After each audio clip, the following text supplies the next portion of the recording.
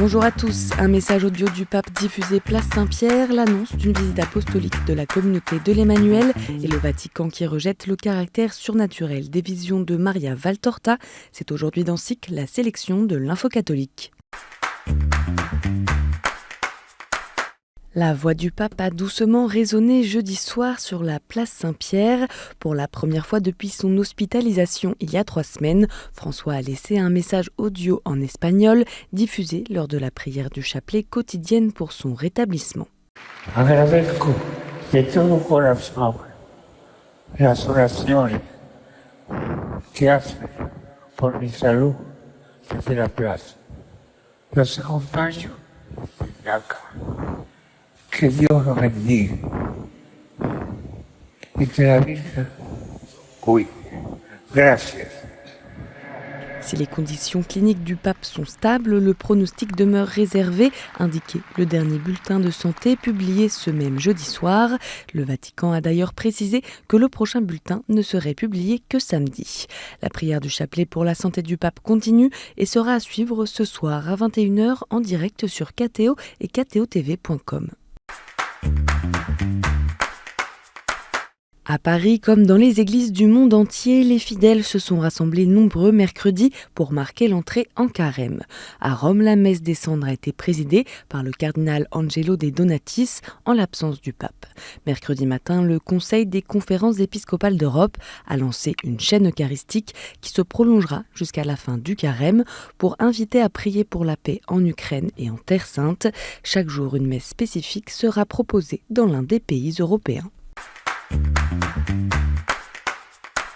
Nouveau recadrage du Vatican concernant Maria Valtorta. Dans une note publiée mardi, le dicaster pour la doctrine de la foi réfute le caractère surnaturel des visions, révélations et communications contenues dans les écrits de la mystique italienne. Il invite plutôt à les considérer comme de simples formes littéraires que l'auteur a utilisées pour raconter la vie de Jésus-Christ à sa manière. Il nomme notamment l'ouvrage L'Évangile tel qu'il m'a été révélé, rédigé sous la dictée du Saint-Esprit selon Maria Valtorta, texte qui connaît encore aujourd'hui un certain succès malgré les critiques du Saint-Siège dès 1959. L'Église n'accepte pas les évangiles apocryphes, rappelle le dicaster. Les uniques références reconnues sont les évangiles de Saint Matthieu, Saint Marc, Saint Luc et Saint Jean.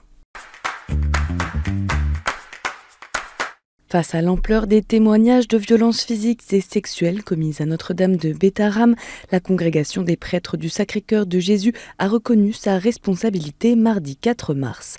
Une prise de parole attendue par les victimes qui reprochaient son silence à la congrégation qui dirigeait l'établissement à l'époque. Elle a aussi annoncé une série de mesures, à commencer par la création d'une commission d'enquête indépendante chargée d'établir la vérité concernant les violences et leurs causes. Un fonds de réparation va aussi être mis en place destiné aux victimes de violences sexuelles commises par des laïcs. Ce fonds sera alimenté par la vente de biens immobiliers appartenant à la congrégation. De son côté, la CRR, la Commission Reconnaissance et Réparation, continuera quant à elle d'accompagner les victimes de religieux. Enfin, la congrégation invite l'ensemble des victimes qui le souhaitent à participer à une journée de rencontres et de dialogue. Une visite apostolique doit avoir lieu prochainement auprès de la communauté de l'Emmanuel, a annoncé jeudi son modérateur général, Michel Bernard de Vrégil, dans un courrier adressé auprès de 13 000 membres de la communauté. Partant du constat qu'il est devenu nécessaire de revisiter nos modes de fonctionnement, une demande de regard extérieur a été formulée auprès du cardinal Jean-Marc Aveline, archevêque de Marseille. Après plusieurs rencontres, le cardinal Kevin Farrell, préfet du dicaster pour les laïcs, la famille et la vie, a considéré qu'une visite apostolique constituait la voie la plus adaptée pour y répondre, d'autant que des membres de l'Emmanuel l'avaient directement interpellé à ce sujet.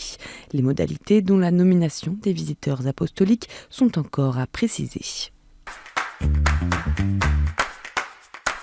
Depuis lundi dernier, le Bel Espoir a pris la mer depuis Barcelone, direction les rives de la Méditerranée, afin de promouvoir le dialogue interreligieux et la paix dans l'esprit des rencontres méditerranéennes. Pendant 8 mois, près de 200 jeunes du monde entier, de cultures et de religions différentes, se relayeront en 8 groupes différents à bord du navire-école pour une odyssée soutenue par le diocèse de Marseille. La première étape les conduit jusqu'au Maroc, où ils devraient accoster mardi prochain.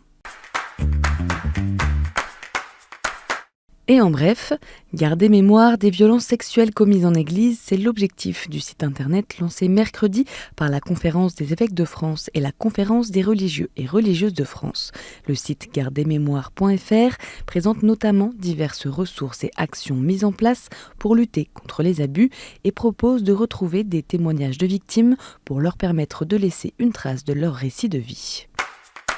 La fromagerie Sainte-Anne a été inaugurée lundi. Les abbayes cisterciennes de Timaduc dans le Morbihan et d'Échourgnac en Dordogne se sont associées pour réunir leur production de fromage dans un atelier commun situé à Kervignac près de Lorient.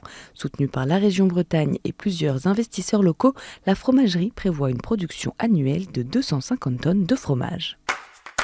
Une croix de Pontmain a été installée à l'entrée d'un village en Mayenne. Pèlerins, habitants de la commune ou bien simples passants peuvent de nouveau admirer ce calvaire érigé à l'entrée du village de Bourgon.